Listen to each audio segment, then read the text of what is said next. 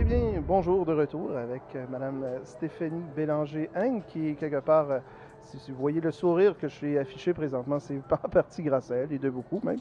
Donc, bonjour Madame Hein. Bonjour, de me recevoir par ce temps pluvieux, mais on garde la bonne humeur. Ah, tout à fait, tout à fait. En tout cas, c'est vraiment très sympathique pour vous de vous être déplacé dans des conditions qui ne sont pas nécessairement évidentes. D'ailleurs, votre fille n'est pas venue, c'est ce que j'ai pu comprendre. Oui, oui, oui, la pluie a eu raison d'elle.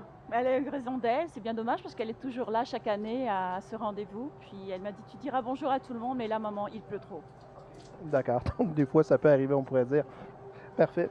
Et dans l'espèce de quiz que j'ai soumis à tous les invités qui sont venus jusqu'à présent, la première question que je devrais vous demander, quel est votre meilleur souvenir de Saint-Jean-Baptiste à ce moment-là ou de fête nationale, c'est-à-dire jusqu'à aujourd'hui? Jusqu'à aujourd'hui. Alors, juste pour la petite histoire, moi, ça fait 20 ans que je vis au Québec. Puis, je suis partie travailler en ONG, dans une ONG, une organisation non gouvernementale, dont au Cambodge, où j'ai rencontré mon conjoint. Et puis, la meilleure des fêtes de la Saint-Jean, c'est à Phnom Penh. C'était dans un petit bar québécois, tenu par un Québécois qui était là depuis très, très, très longtemps. Et en fait, j'ai amené donc Vandette, mon conjoint, à cette petite fête. Il s'est dit, c'est ça le Québec. Les gens étaient extrêmement sympathiques. On a célébré, on a écouté de la musique québécoise. Il a découvert la langue française parce qu'entre nous, on parlait surtout anglais. Maintenant, il parle français. Il est francisé au centre Lartigue. Mais ça a été pour lui en disant, ah mais c'est super le Québec, les gens sont sympathiques, j'aime ça le Québec. Et donc il s'est promené dans tout Phnom Penh après la petite fête, avec plein de drapeaux québécois, avec une cape. C'était vraiment super. OK, quand même, oui, on sent vraiment que vous avez été une ambassadrice du Oui, Québec. oui, oui, bah, je le pense aussi. Puis à chaque fois, il est très très fier quand on part à l'étranger de dire, bah, moi je suis québécois, je néo-québécois et je vis au Québec. Parfait, c'est quand même assez notoire. Donc, et finalement, est-ce qu'il est toujours en accord ou à ce moment-là en amour, on pourrait dire, avec notre province? Ah bah tout à fait. Et puis il est complètement francisé, il améliore encore plus son français avec sa petite qui est à l'école publique. Puis il adore le Québec, il adore la poutine, il écoute de la musique française, il aime aller au Franco, ça il adore. Donc oui, il est très...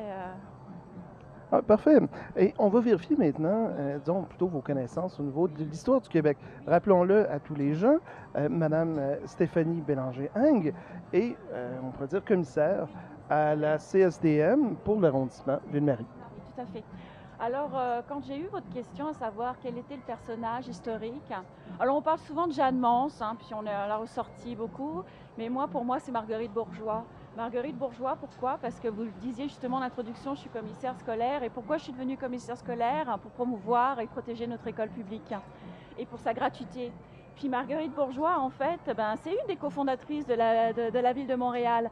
Et elle instruit, elle a mis en place une petite école qui est maintenant la Maison Gabrielle. Elle a mis en place cette petite école dédiée aux jeunes filles, pas forcément aux filles de bonne famille, aux filles qui vivaient dans la rue, aux filles qui n'étaient pas forcément des plus choyées. Pourquoi? Donc c'est l'éducation, l'accessibilité aux filles, à l'instruction publique, et puis elle a milité très longtemps pour la gratuité scolaire. Alors pour moi, c'est un personnage historique du Québec. Quand même un personnage notable, il faut bien le comprendre. Et la petite histoire, si vous me permettez, je suis très fière que ma fille fréquente l'école Marguerite Bourgeois, aussi au centre-sud. Alors là, je voulais dire, pour moi, c'est une double fierté. Ah oui, ben, je comprends vraiment. C'est un personnage, on sent que vous a marqué. Et dans la même veine, est-ce qu'il y a, c'est-à-dire au Québec, dans l'histoire du Québec, c'est-à-dire un événement qui vous a marqué, une réalisation, un héritage, qui quelque part, que vous trouvez aussi essentiel à cette époque qu'aujourd'hui? Ok. Alors j'imagine que vos interlocuteurs ont parlé beaucoup d'Hydro-Québec. Alors je ne vais pas ressortir la même chose. C'est sûr que c'est une fierté québécoise. Mais je vais miser sur la culture. La culture parce que finalement le Québec rayonne par sa culture francophone d'Amérique. Puis depuis très très très longtemps, on parle plus récemment du Cirque du Soleil, mais on parle aussi les filles du roi. Il y avait une envie d'apprendre la culture québécoise, à la développer, la langue française. Puis un autre point aussi, c'est le développement économique. On peut être fier de nos industries en aéronautique, on peut être fier de Bombardier, on peut être fier de CAE. Ce sont des jalons de la culture québécoise qui brillent et puis qui font rayonner le Québec à travers le monde. Et d'autant plus, je tiens à le préciser pour les téléspectateurs, vous avez un regard européen, un regard extérieur. Donc, quand vous dites que le bombardier rayonne, c'est que c'est vrai, vous le sentez en Europe.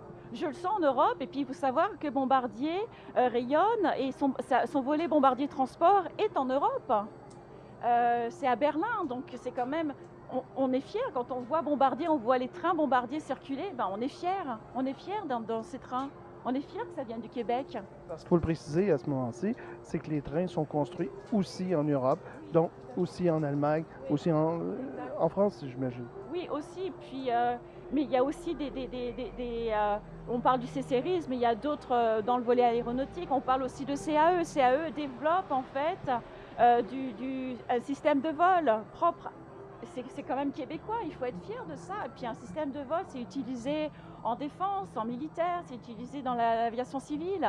On peut être que fier. Pourquoi on a ici à Montréal l'Organisation internationale de l'aviation civile? C'est pour rien. L'OACI, effectivement. Et maintenant, la dernière question que j'aimerais tant vous poser, c'est quels sont pour vous les prochains défis qui attendent les Québécois? J'imagine, c'est vis-à-vis peut-être les commissions scolaires, vis-à-vis ni plus ni moins de l'éducation au Québec?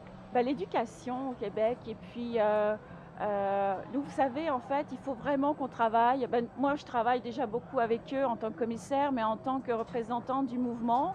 MEMO, c'est un mouvement politique scolaire, c'est le seul ici à Montréal.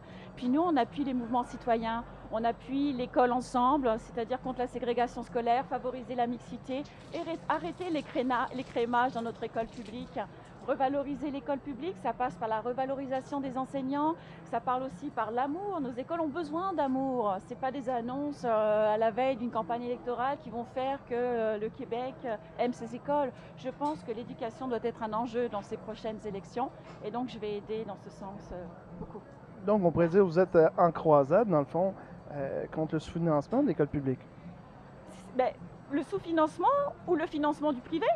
Vous voyez, donc à un moment donné, si on décide, parce que Marguerite, je faisais référence tout à l'heure à Marguerite Bourgeois, elle militait pour la gratuité scolaire, elle militait pour l'école publique gratuite. Puis là, qu'est-ce qui s'est passé au Québec pour qu'on vienne avec deux types d'écoles?